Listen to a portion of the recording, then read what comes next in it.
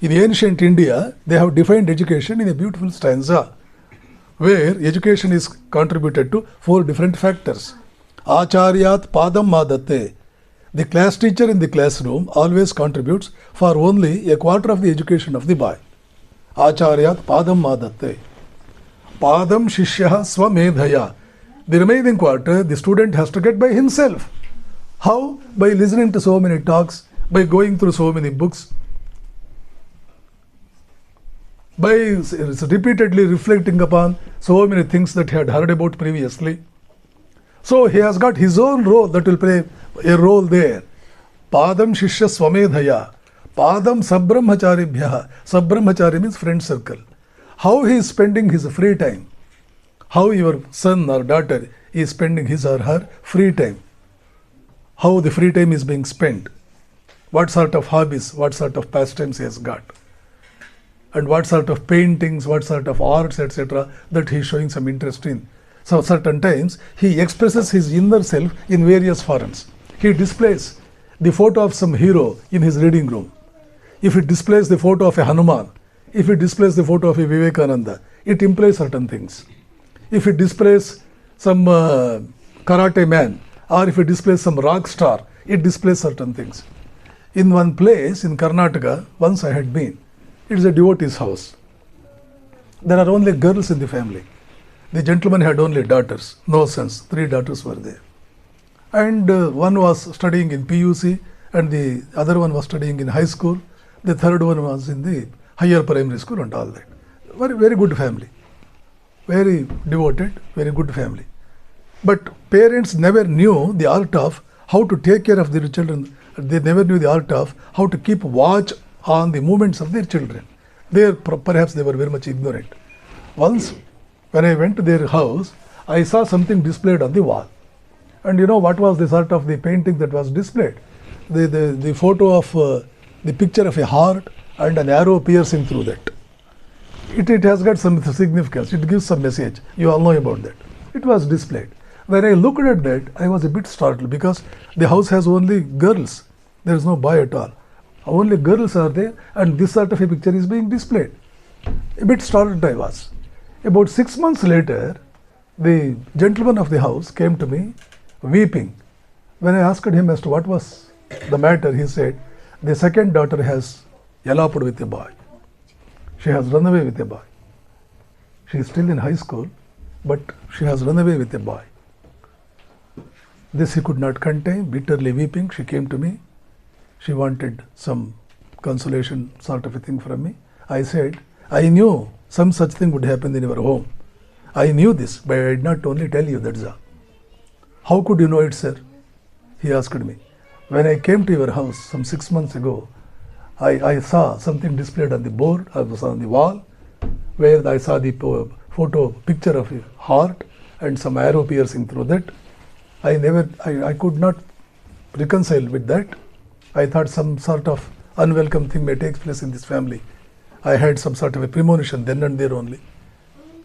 I could predict it, and my prediction has gone right. Oh, I never knew. I did not take it very seriously. I thought children are simply for their fun sake. They are doing all this. Remember, children never do anything for the fun sake. Even when they do something for the fun sake, in that there is a message. Don't take it very lightly. The sort of the friend that your son is having, the sort of the daughter the sort of the friend your daughter is having, the sort of the cinema that they see, and also the role model that they have in their life. Who is the role model? You need to inquire your son about the sort of the role model that he has got. And you also need to talk to the friends of your son or daughter to know about the inner working that is going on in your son or daughter. Because most of the time, your son will not reveal out what all that is happening in the inner world. Daughter also will not reveal. The only place where they confide everything is their friend circle. Before the parents, they won't confide everything. But before friends, they confide everything. They don't hide any secret at all. So please acquaint yourself with the closest friend of your son. Acquaint yourself with the closest friend of your daughter. And through them, you can dig into the details of what is going on in your own son or your own daughter, and try to have a watch on where he stands and what you should do in that context. This is very important. This is definitely important during the teen age. Remember, from 13 to 19, those 7 years is very crucial in everybody's life. The sort of the tendencies, the inclinations, the tastes, the directions that they drag along during the 7-year period will have a long-standing consequence in their life. Their rest of their life may not be very much different from the sort of the life that they have regulated themselves into during the 7-year period. So therefore, please keep a watch, especially during this period. You are no doubt feeding them with only positive thoughts. You are placing before them high aims, ambitions. You are also telling them that you have very high estimate about them and all that. In addition to all these things, without your son or daughter being aware of what you are doing, through the friend of your son, also try to dig into certain details which perhaps your son himself may not reveal out to you when you are talking to him. And before your children, never ever narrate, never ever make a show of your insults, your setbacks, your loss, your humiliations that you have suffered at the hands of others and all that. In a family setup, most of the times you will be humiliated at the hands of your in-laws. Most of the times daughter-in-law is humiliated by mother-in-law and mother-in-law is humiliated by daughter-in-law. Things of that sort will be going on very much on a regular basis. And so many times you feel humiliated, you feel like weeping. Most of the times you narrate the whole episode before your husband and shed tears, and husband narrates the whole thing before wife and shed tears. One day, a certain student came to me from a place called Gulbarga in Karnataka. I have my ashrama in Bijapur, which is only about 200 kilometers from Gulbarga. I had been to Gulbarga 3-4 times, and I used to give a fortnight-long lectures, etc. in that place about Vivekananda's life, Ramakrishna's life, and all that. I had already become a name almost in Gulbarga. People knew, students knew a lot, because I used to pay regularly my visits to these colleges, and I would give talks on personality development, etc., in Canada. This made the boy come to me one day, all the way from Gulbarga to Bijapur. I asked him as to what was the reason that he came to Bijapur. He said, "Swamiji, I wanted to discuss something with you." "What is the matter?" I asked. "For the past 6 months, I am not even seeing any interest at all in my studies. I am not getting any interest in my studies." He was pursuing BE. He was a BE student. "How were you earlier?" I asked. "I was a meritorious student. Never have I taken any marks less than 80% in my BE. I could be counted as a distinction student. But for the past 6 months, I am not showing any interest at all. I don't feel like studying at all." I told, "What is your father?" I asked, "What is your father?" "He does business." "How is the business going on?"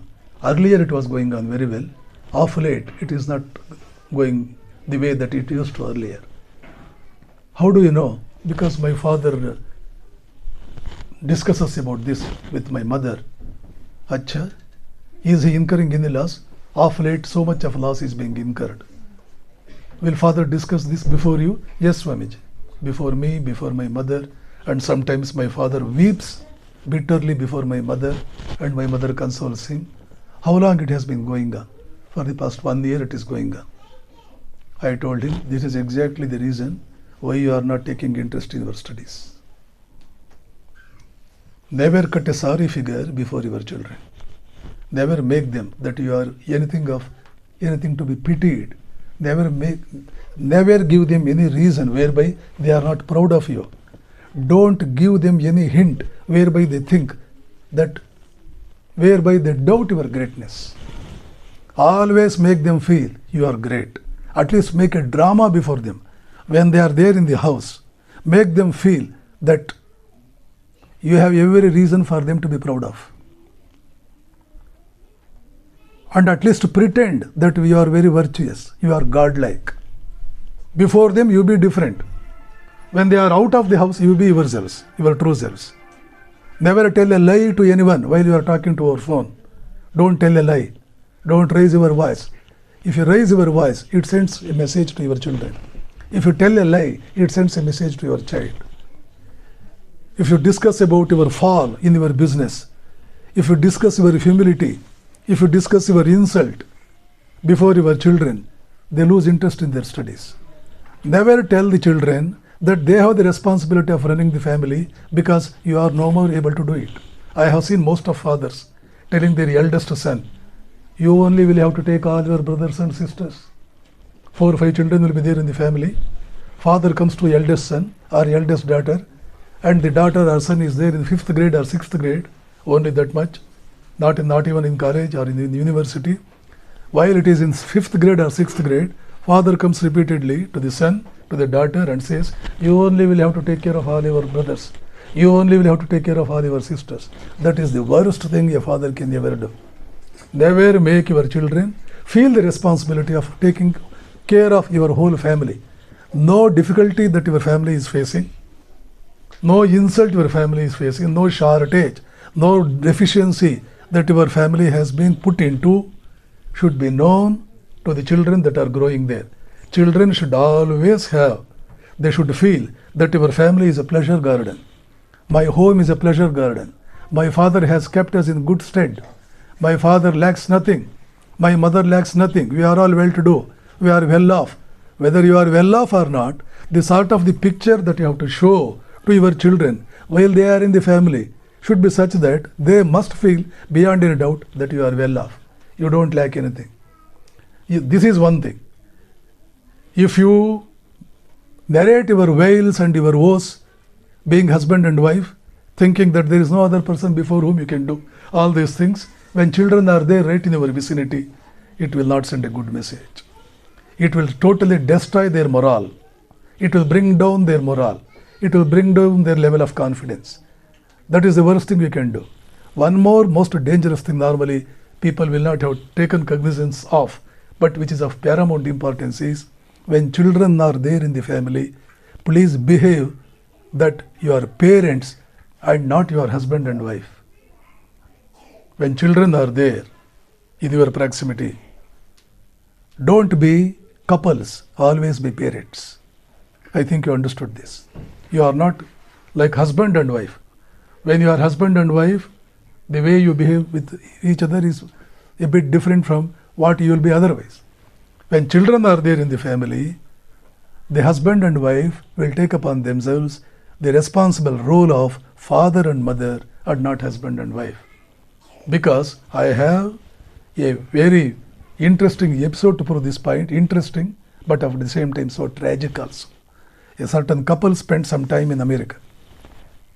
As a result, they have developed all hatred for Indian culture. Indian culture, it binds us with so many laws, so many rules. We have no individual freedom. We are not a free society. Every sort of curse they could hurl at, they did hurl at Indian social norms, Indian social ethos. Because they were already, captured. They were won over by American family culture, free society culture and all that. So they started behaving within the family also like people of a free society, like American couple do. Right in presence of their children, they behave very freely, with no restriction, with no norm being exercised in any way. Only this much I say, rest of the things you can assume.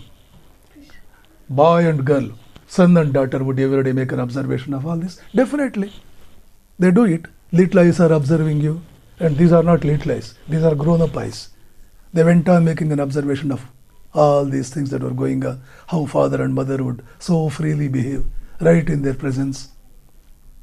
After a few years, the son and the daughter one day approached the parents and told the parents, we two are going to marry each other. Remember, children of the same parents. The son and the daughter approaching parents and telling, we are going to marry. Crestfallen became the parents. What? They could not believe their own ears, their own eyes. You are brother and sister. So holy is the relation between you. You can't even think in your wildest dreams the sort of the thing that you are presently dreaming about. You can't do like that. Now we have determined. We have promised each other. We have made up our mind. We will die if you do so. Do whatever you want. But we have reached a conclusion. We have made up our mind. They never bothered about the repercussions of it. The consequences probably they could not speculate. They got married. When the news reached the parents, both of them committed suicide. Whom do you hold responsible for this? None other than the parents. Remember, in India, millions of children are suffering because parents don't know anything about right parenting. You be an engineer. Why do you tell children you be an engineer? You be a police. You be PSI. In northern Karnataka, becoming PSI is something like becoming an emperor. You become a PSI. Why don't you tell your children you be the prime minister? When Mr. Kennedy, John Kennedy's father, who was ambassador of America to England, asked as to what he wished his son to become, without a second's hesitation, Senior Kennedy said, "Why? I want my son John to become the first citizen of my country. I want him to become the first citizen of my country." Thereby he meant, I want my son to become president. And he did become the president. He did become the president. I want my son to become the first citizen. So many people have said, my children will become so. And the children did become so. I have been giving continuously so many examples to prove this point before you all. This is where we fail. Always keep high aims, highest aims possible. Highest aims possible. And in Indian children especially, Indian sons and Indian daughters. Remember, the most intelligent race in the whole world is Indians. Go to any school in America. I have been to America 8 times. Every time I go there, I will have some sort of an interaction with one section of the other. Remember, always the sections will not be composed of only Indian population. Most of Americans also will be there. Especially when I go to places like Colorado, where there is Boulder's University, dedicated for Buddhist studies and all that. Every time I go there, I give a talk there. With my own experience, I am telling you, go to any school in America. If your cousins are there, you can inquire with them and ascertain this point. Go to any school. Out of 10 toppers, more than 7 are Indian children, Indian boys and Indian girls. Don't you have British boys there? Don't they have German boys? Don't they have French? Don't they have Italians, Russians, Japanese and whatnot? But remember, Indian boys have outwitted them all. They have beaten them all. And always, this is not with respect to one school or 2 schools. With respect to every school. Vivekananda, about 150 years ago, told Jamshedji Tata that Indians are the most intelligent race. If right type of atmosphere is provided in India, Swamiji said, world-class scientists will be produced in our country. Vivekananda says, I have gone through the leading works of all Indian authors and also the leading works of all Western authors. Before Indian authors, in their ability to analyze things, to look into the mysteries, the secrets of the phenomena that nature has been unfolding so far in the form of various phenomena that take place every day. Westerners stand nowhere in their faculty as far as this is concerned before Indians. If you can only create a conducive atmosphere, right atmosphere in India, world-class scientists will come out.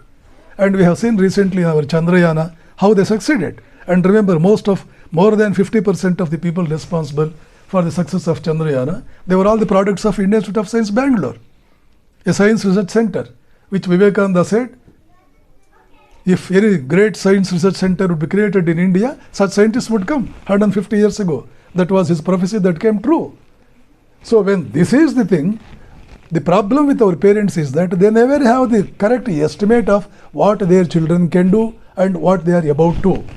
Always, therefore, hold high aims and create the right atmosphere as parents within the family, and also have a look at what sort of atmosphere is prevalent in the school and what sort of friendship that they are going to have, the sort of the friend circle they have,